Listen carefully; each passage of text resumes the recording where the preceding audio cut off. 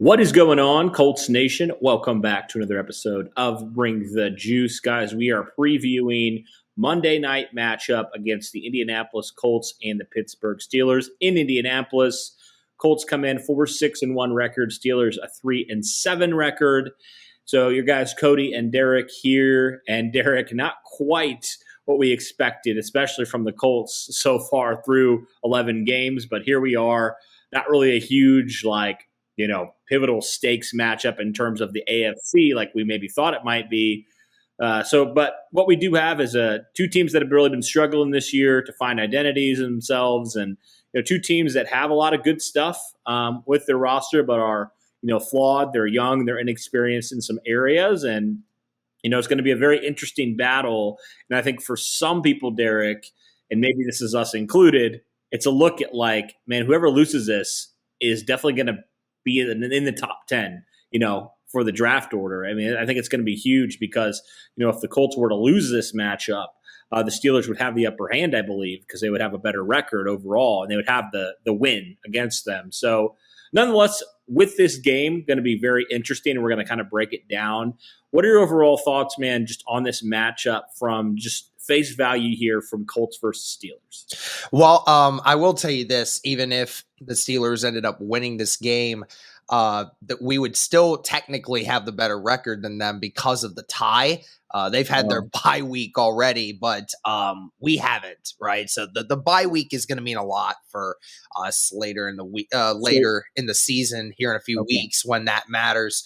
Because then, we're going to see some teams jump us. We're going to see some teams fall below us. It's going to be interesting, but you're right. Not quite the Monday night matchup that we were kind of thinking this kind of thing would be, right? Because, we expected the Colts to have a winning record at this point, kind of expected the Steelers to maybe have a winning record. They have a good team around them roster-wise, just, both, like you said, teams that just haven't been able to put it together. And for a multitude of different reasons. And those reasons being that, the Colts offense has been atrocious. And then on top of it, the Steelers offensively haven't been able to put it together with their collection of quarterbacks, and their best player has been injured for the majority of the season, but now he's back. So that makes it very much a concern for me going forward into this game, knowing that one of the most dominant defensive linemen in all of the NFL is about to come into our building and take on this offensive line, which has allowed 4 sacks a game. Yeah, I was going to say that's the biggest and most, probably from a Colts standpoint, the scariest thing about this matchup is TJ Watt. We know the kind of player that he is, right? Mm-hmm. We know he's an all-pro kind of player, and really you're starting 2 tackles that have struggled at times this year. Braden Smith, more the vet guy, the guy that you'd feel more confident out there. But Bernard Ryman, he's had his ups and downs. I mean, he's a 3rd-round rookie. You're going to take those. It's just kind of part of it. But yeah, just that matchup of this Colts offensive line versus the Steelers defensive line, I think this has the potential to be a game-changing thing in this game. I really do think that. If you let TJ Watt get going, it's going to be really tough for you to really do anything offensively. We already know kind of the handicap this team has, right? We already know how bad they've been offensively, and now you throw in the mix of TJ Watt. We've already seen what, defensive linemen who are, really good. We saw what Bradley Chubb and, some of those guys were able to do a number of weeks ago on Thursday Night Football. You've seen what Josh Allen's been able to do. You even saw, Brandon Graham a week ago. There's a lot of these guys that have given the Colts fits from the defensive end / tackle position. What do you expect, I guess, from how the Colts are going to try to limit the Pittsburgh Steelers' best player on defense in TJ Watt? Well, I do wonder, with now Jeff Saturday being the head coach of this team and him having a very big understanding of, offensive line play and how to combat the best players on the defensive line. How do they, make things work, right? I wonder if there's going to be a situation where, we've seen Frank Reich neglect to give any help on blocking wise to Bernard Ryman and a few others on helping them with, chip blocking, right? Like right off the bat. The best thing you can do as a player, the best thing you can do is try to find a way to make it more level for Bernhard Raimann to be able to handle the pressure of TJ Watt. TJ Watt is fast, he is very strong, and he's smart about how he attacks things. So the best thing you can do is, if you're going to want to try to use him the best way in stopping him and getting pressure, it's to have someone out there helping him on the edge, finding a way to make sure that Bernhard Raimann can get set and make sure that mano-a-mano, Bernhard Raimann gets the best opportunity possible to hold his own. And the best thing to do is to either have Quentin Nelson shift a little bit more in this game, or to have a tight end out there on certain plays to be out there to chip TJ Watt, which allows Bernhard Raimann to get himself set and just be leveled up with him. And that's the only way that you can really say that you can limit TJ Watt. And the best thing you can also do is, have a few plays that shift to the opposite side of where TJ Watt is. Say you're going to run you can run like play action, right? You want to run play action away from TJ Watt. You want to run, you can run RPOs, or you can run straight shifts to one side where Matt Ryan will run to one side of the field as soon as he gets the ball and just look for somebody on the opposite side, right? So just trying to give it to where TJ Watt has to work for every rep that he has. So that's what the Colts need to do, because if they don't, I've said it before. I said that, when I said Matt Judon could get 3 or 4 sacks in the game against New England, I meant it. And sure enough, it happened. So, this could be another one of those scenarios if Jeff Saturday does not account for what TJ Watt can do. Yeah, and also I want to throw in Alex Highsmith, who leads the Steelers with 9 sacks at the other rusher, So they have 2 rushers who are very productive. I think it's going to be a matchup to watch, which side do they put, each player on? Because I think you definitely could have an advantage at both, against Bernhard Raimann and Braden Smith if you're the Steelers. But I will say, as you look at the Steelers defensively, the one thing that you can't expose is their pass defense, right? If you can somehow hold up with your tackles, they are the 32nd team in terms of yards and touchdowns allowed. Although I will say they are in the top 10 with interceptions. So they get turnovers, but they allow a ton of yardage and a ton of touchdowns. So that is something that if Matt Ryan could get some sort of protection, Derek, the Colts can definitely expose this very weak Pittsburgh secondary. Yeah, it's been weird to see, like, all season how bad this defense has struggled at times. Again, TJ Watt not being in the lineup, that is a huge difference, right? I mean, it's just like any other defense. You take Aaron Donald off of Rams, and they're not as good. Take Myles Garrett off the Browns, they're not as good. It's all comes to fruition when a top 10 defender on the defensive line goes missing. Your team does not play as well. And of course, when the offense was not doing well at all either, this Pittsburgh defense, unfortunately, Cody, has kind of been what we kind of say the same thing about the Colts defense, right? Like, they've been the victim of the offense not doing well, where they don't score, they don't stay on the field long enough. The defense is on the field almost longer than the offense is all the time. So they're tired. They're getting shredded because they're missing their best player. They're always tired. They're trying to deal with this stuff. But obviously now with Pittsburgh offensively figuring a few things out, and now that you have your best player, maybe one of the best players, probably the best player in the world at getting to the quarterback, it's really difficult to see them not getting better at this point. But you're right. They do force turnovers. That is one thing they do, but they give up the 5th most yards of any team in the NFL in regards to yardage per game. Now, what does that mean for they actually, ironically enough, only give up about the 7th most rushing yards per game, which is very ironic given where they're at currently, but they give up the most yards per game in passing. Yeah, So exactly. it's really funny to It think seems that's how very that goes. it seems very feast or famine with Pittsburgh. It's like they get the turnovers, but they also allow the most touchdowns. So like they're the third in terms of interceptions, but 32nd in terms of touchdowns allowed. So like very feast or famine with this group. And Yeah, you're right. Like big they haven't player had bust basically for exactly. them. So they haven't had TJ Watt, which I think will just contribute. And I think their defense, you can't get any worse than it's been passing. So I think it's going to, that's just something to watch. If you can protect, they are very, very susceptible to big yardage and big touchdowns allowed. And that's good because the Colts have been really not great. Although from a yardage standpoint, the offense hasn't been bad. They've been about average in terms of passing yards per game. But then you get into the touchdowns. I mean, the Colts are the 27th team in terms of passing touchdowns. They only have 10 on the whole year, Derek. So it's kind of bad versus bad there. To see which unit will come out on top. Which unit will the Pittsburgh Steelers be able to hold with touchdowns? The Colts have only, haven't been doing well in that department. And then just the turnovers. I mean, the Colts come in and they are not great in terms of turning the ball over either, Derek. I mean, they have 10 interceptions already this year, which is 25th in the league. So they're in the bottom portion of the league in terms of turning the ball over. So that is definitely something to be aware of.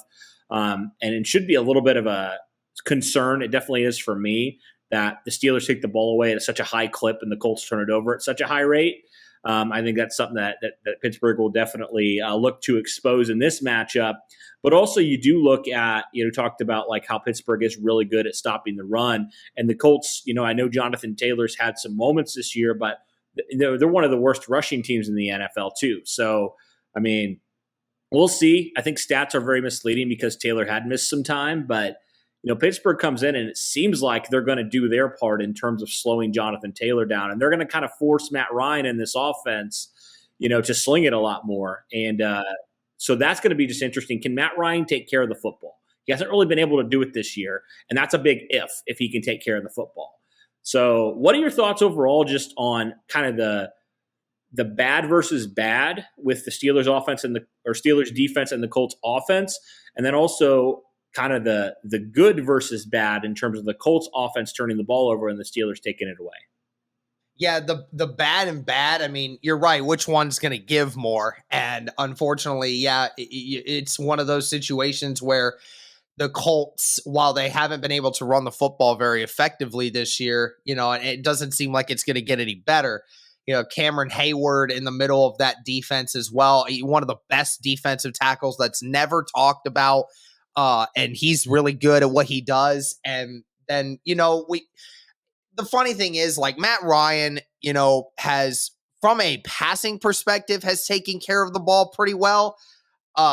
Obviously the fumbles is the biggest issue, right? Like he has 7 interceptions on the year. I mean, he's played in 9 games. So, 7 interceptions to 9 games is not terrible. It's not good, but it's not terrible. But then again, it's the fumbles of not being able to hold on to the freaking football year. That's been the problem. But you're right. It does still concern me though, that this is a team that is a big play or bust when it comes to this defense. And I mean, I wish I could say I was confident in our ability to take that over. If this offensive line was even semi-competent, then I would say I would take my chances because I felt like we would at least give Matt Ryan a chance, right, to be able to make those plays. But Matt Ryan's not throwing the ball deep. That's been an issue all season. His arm is shot. You have an offensive line that can't protect more than 3 seconds. And especially against this defensive line they're about to face, I don't know if that bad for the Colts is going to overwhelm that bad of the Pittsburgh Steelers, especially with TJ Watt coming back. So that's what I'll say on that matter. Yeah, absolutely. One more factor talking about good versus bad. Colts are the 30th team in terms of red zone touchdowns this year, red zone scoring. Pittsburgh comes in at the 15th. So they're not great at it, but they're certainly a lot better on defense against, in the red zone than the Colts are offensively. So that'll be one to watch as well. So there's a lot of factors here. I think we've kind of covered the main ones here. It really will come down to, can the offensive line do anything to give Matt Ryan time. And if they can, it's probably going to be a long day for this Colts offense from what we've seen this year. Yeah. Now let's switch it over now to the Pittsburgh offense versus this Colts defense. Derek, we already know what this Colts defense has been able to do. I mean, my goodness, you look at they played multiple elite quarterbacks, MVP runners this year, Patrick Mahomes and Jalen Hurts last week. And they have done a phenomenal job on both guys, limiting their offense, and should have beat the Eagles. I mean, their defense literally, Derek, last week gave the offense 3 opportunities in their own territory. They forced turnovers, or they had them turn it over on downs. And the offense only scored 6 points. So we know what this defense can do. We already know, they're obviously have been really, really good at stopping the pass this year. They have been. They've been able to really limit what teams are able to do offensively and really force them, even if they allow some yardage sometimes. They've been doing a good job at forcing teams to settle for 3, which I think is definitely huge. They come in right now. As you look at it, they're the 7th team. They're top 10 in terms of passing yards and passing touchdowns allowed. And they are just right outside of the top 10 at number 11 in terms of rushing yards allowed. So this team, this defense is a top 10 defense right now in all categories. And, they've done a great job. The one thing they are lacking, obviously, has been, the turnover, department. They haven't really got a lot of turnovers this year in terms of interceptions and things of that nature. That's definitely, if there is an Achilles heel for this defense, it's definitely been it. I mean, they come in, they've only intercepted the ball 4 times this entire season, Derek, which is just kind of crazy. And they come in as the 22nd overall defense in terms of turnovers. So what are your thoughts just on this Colts defense versus a Pittsburgh offense, which we talked about? It's one of the worst in the leagues. They're 27th in yards, 28th in points. They turned the ball over 14 times this year, which is, bottom half of the league. And they come in with one of the worst passing attacks and one of the, in the 20s in terms of running the football as well. So, one of the worst offenses in the NFL through these 10, 11 weeks. What are your thoughts overall on how this Colts defense can potentially take advantage of this Pittsburgh offense that, kind of like the Colts offense, has not really done a whole lot this year? Yeah, I mean, like you said, this Colts defense has pretty much been in a fringe top 10 defense, given everything that has, been put on them because of the inabilities of the offense. I think that if the Colts offense didn't put the Colts defense on the 40-yard line or even further in, then I think Indianapolis would probably do a lot better defensively and not giving up as many points. But yeah, this defense has definitely done its job this year. This was exactly the kind of defense that Ballard and formerly Frank Reich wanted coming into this season. This is exactly what we wanted. But obviously, when you look at the rest of it, it just hasn't worked out. But going up against this Pittsburgh team, Kenny Pickett has come in since, I think, what was it, week 3, week 4, and has pretty much taken over the responsibilities of that situation. And Kenny Pickett, he's still a young quarterback that is still learning. He needs to improve on a lot of things.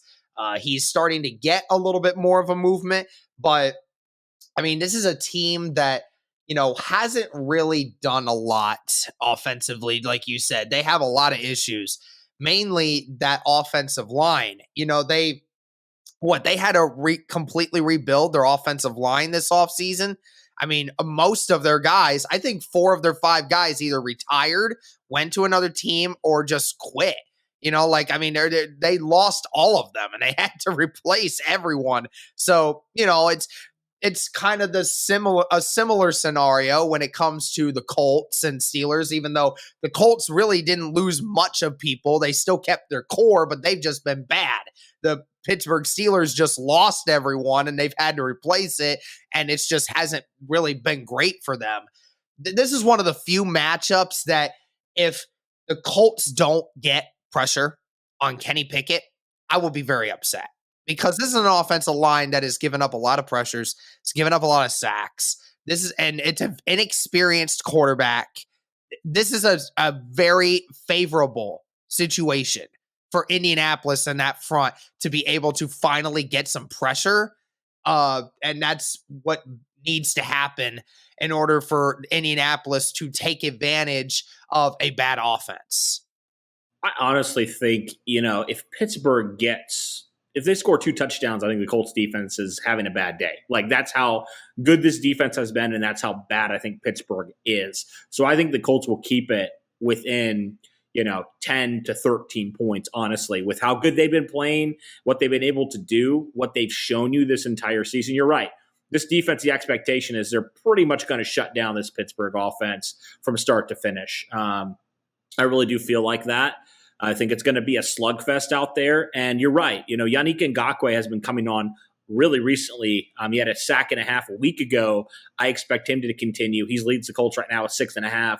I expect him to just continue to, hopefully expose these Pittsburgh offensive linemen. And then I want to see Dayo Adangbo just continue to ascend into what he's going to be, because I think he's had some nice games here. And I would like to see him get some consistent pressure and maybe have just have a sack or 2 in this game and really start to build his confidence even further. Depending obviously with Kwity Paye, we'll see, with this injury, what happens there. But yeah, I expect this defensive line especially to really take over this game.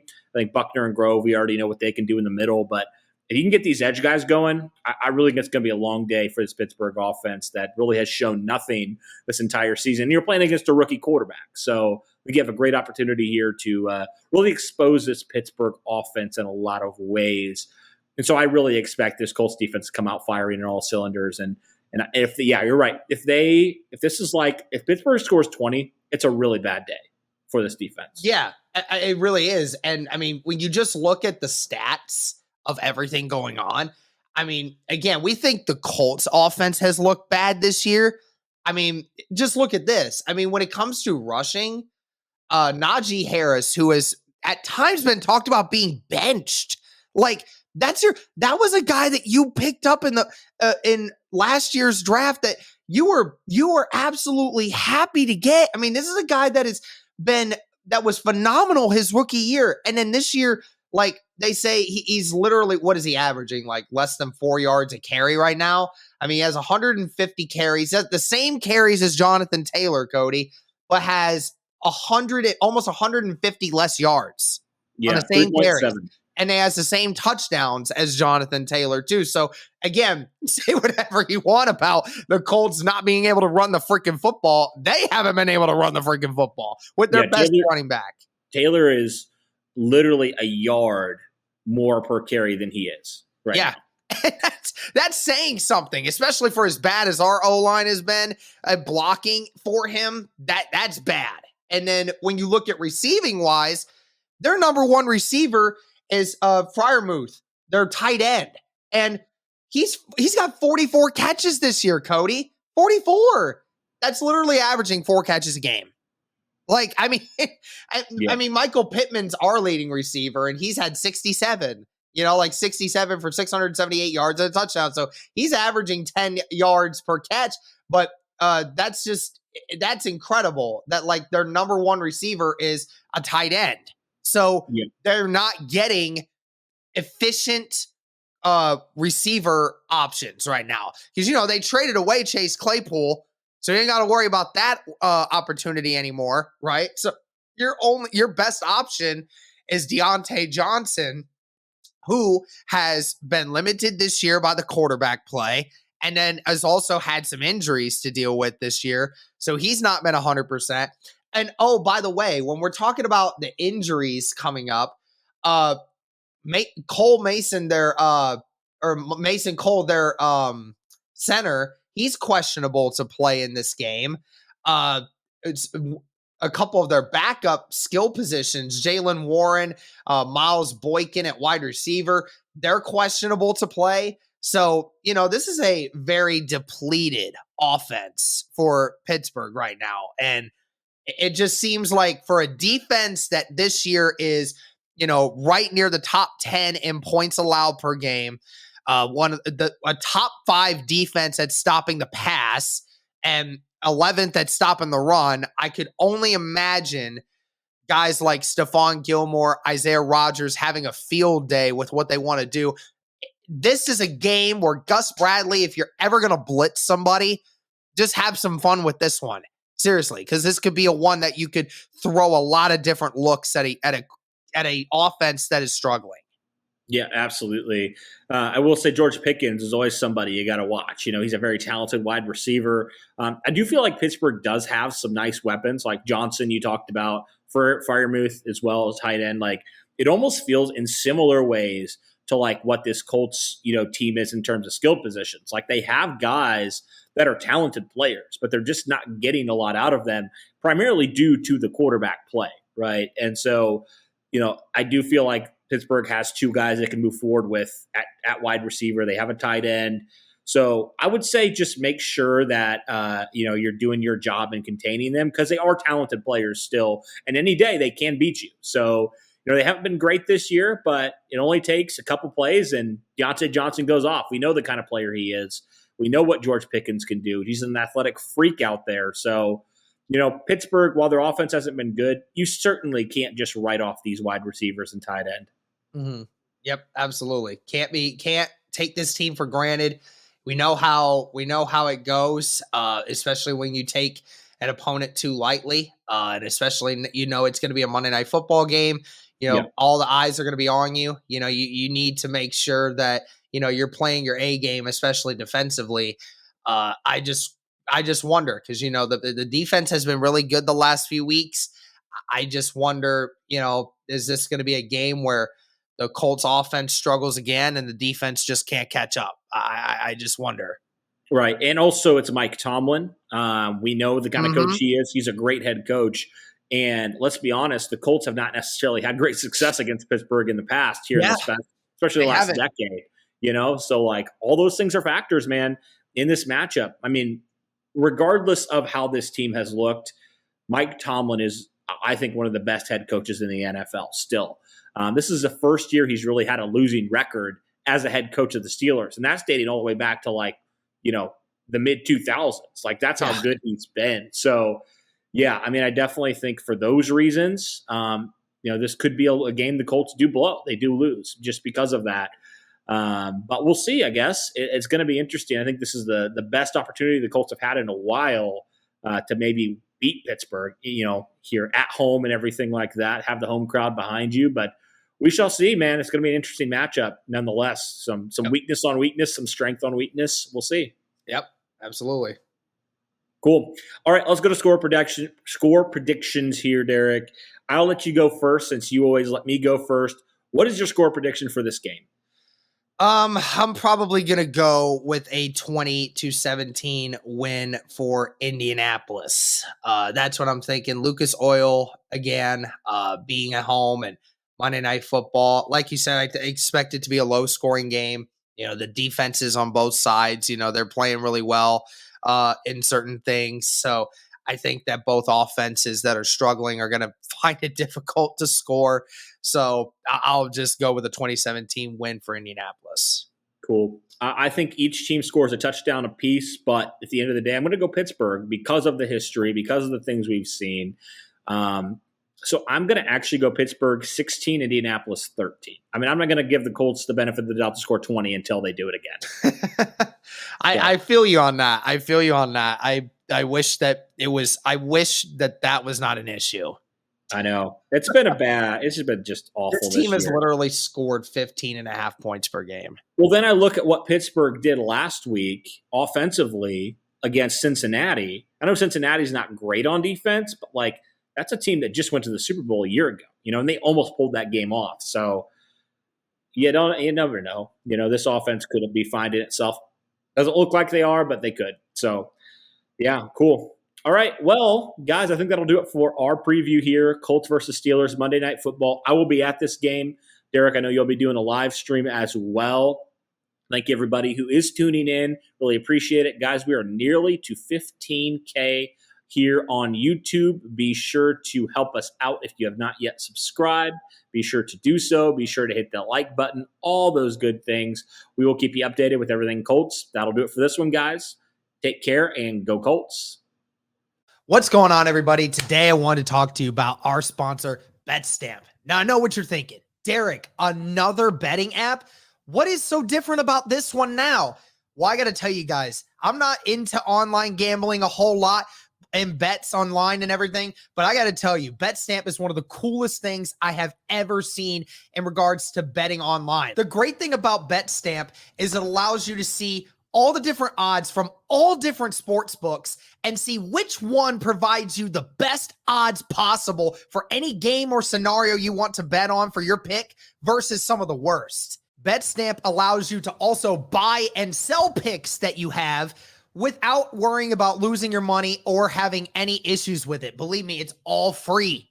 I mean, look at this, guys. You have an option for every game across all different kinds of leagues in a ton of different ways. You have baseball, you have college football, UFC, NBA, and NFL. Great for the NFL season now being here.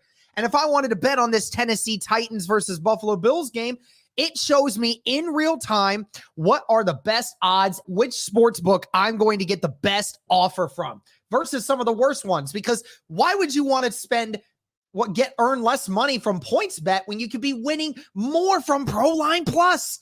Again, a great thing that BetStamp offers you, allowing you to make more money for the same pick just with a different sports book. How easy is that? And the great thing is there's not just games. There's player props. There's game props. There's lines. There's live tracking. There's a ton of great ways to make bets and picks on BetStamp, guys. Totally a cool thing to use. I highly encourage you check it out if you're into any kind of online betting. Even if you're not, give it a check. See what you like about it, because I think I actually enjoy using it. But the best way to get an edge on online sports betting is having multiple accounts at different sports books. Be sure to hit the BetLink page, betstamp.app/onboarding. Be sure to check out the BetStamp app or online, and be sure to use the referral code JUICE, plug in your state, and you'll get access to all their affiliates and their prices once you open it up, seeing all states' lines. Be sure to check this out, guys. You won't want to miss it for the best odds on your next sports bet.